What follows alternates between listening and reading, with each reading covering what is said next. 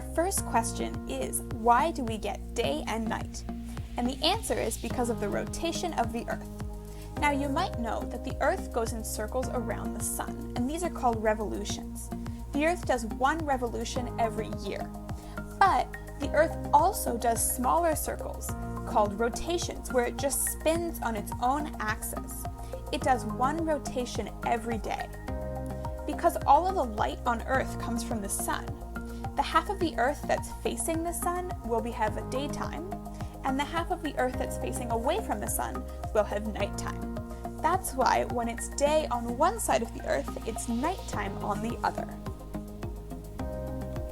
Our next question is, how is rain formed? Rain is formed through two processes. The first one is evaporation. Water on land, in rivers and lakes and the ocean, evaporates, which means that it turns into water vapor, which is like a gas form of water.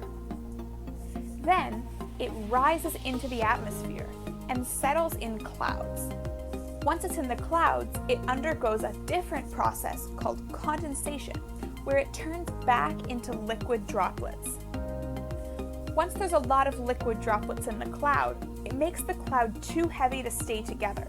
And once it gets too heavy, it breaks apart, and that water comes falling back down to Earth, back into the rivers and lakes, and then the process can start over again.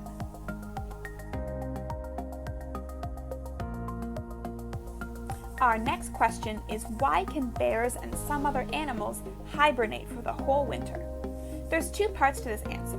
The first part is, hibernating animals are able to slow down their heart rate really slow for the whole time they're asleep. This means that their body's using almost no energy, and so it doesn't matter that they can't eat or drink during this time. Their body is able to use only the food and energy that they've already eaten before they started to sleep to get them all the way through the winter. While a bear is hibernating, its heart only beats every 3 seconds. Your heart beats almost 1 to 2 times every second, so this is really slow.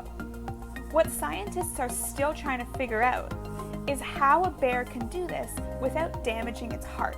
If a human heart were to move that slowly and only beat once every 3 seconds, it would really damage your heart and your heart would be a lot weaker. So that's something they're still doing research on. However, just because they're able to live off their energy doesn't mean that they don't get really hungry. When bears wake up from hibernation, they're usually so hungry that they eat food they wouldn't normally like, sometimes even grass.